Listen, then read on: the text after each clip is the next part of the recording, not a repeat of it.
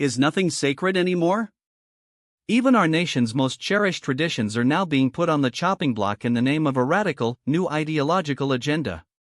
Before we continue, if you want to stay on top of everything happening in US politics, hit that subscribe button right now and leave a like. It really helps this channel grow and keeps us fighting to bring you the truth. We're talking about Nantucket, Massachusetts.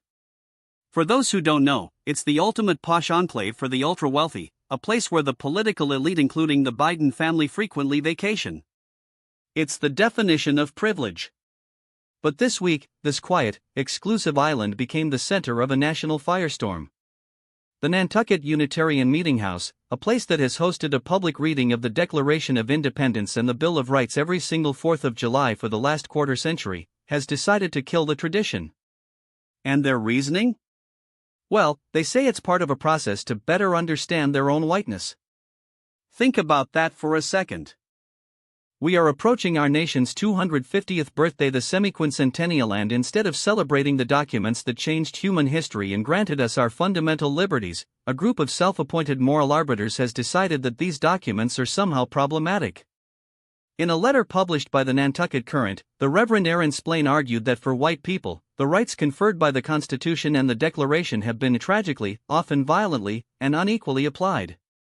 Essentially, they are choosing to silence the very words that defined our fight for freedom, claiming that the optics of reading them in their traditional setting no longer aligns with their modern, progressive mission. The backlash was instant and, frankly, well-deserved. Social media users across the country are calling this out for what it is, a performative, elitist tantrum. People are pointing out the glaring irony of the wealthy, privileged elite in Nantucket lecturing the rest of the country on privilege while refusing to celebrate the very foundation of our country. One user on X hit the nail on the head, asking how it's inclusive to cancel the most inclusive national holiday we have. Others are pointing out the historical illiteracy behind this move, reminding everyone that this country, while not perfect, is the only one that fought a bloody civil war, with over 600,000 lives lost, specifically to end the institution of slavery. But instead of engaging in what the Reverend calls tender conversations, the church leadership has essentially told critics to make an appointment if they have a problem with it. They've decided that social media isn't the place for the conversation, which is code for "we don't want to be held accountable by the public." What we are seeing here is part of a much larger, more dangerous trend. It's a concerted effort to dismantle our history, to frame the American experiment as a failure rather than an aspiration, and to replace patriotism with a toxic obsession with identity politics. When you start labeling the Declaration of Independence as something that needs to be re-evaluated through the lens of whiteness, you aren't seeking justice, you are seeking to erase the moral clarity that our founders left behind. Thankfully, not everyone is folding to this revisionist trend. St. Paul's Episcopal Church on the island has stepped up, announcing they will hold the reading instead. Their Reverend, Max Wolf, put it perfectly: these documents are aspirational. We aren't perfect, but we are a work in progress, and the values within those papers are exactly what we should be striving toward, not hiding from. This brings us to the core of the issue.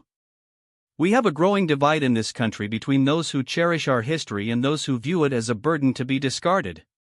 When you have institutions like the Unitarian Church deciding that the founding principles of the United States are too problematic to be read in public, you have to ask yourself, what is the end game?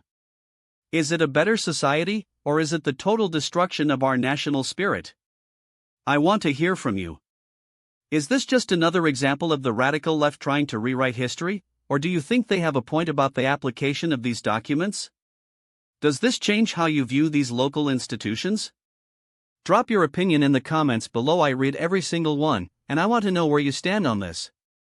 History isn't something to be discarded when it becomes inconvenient for the cultural elite.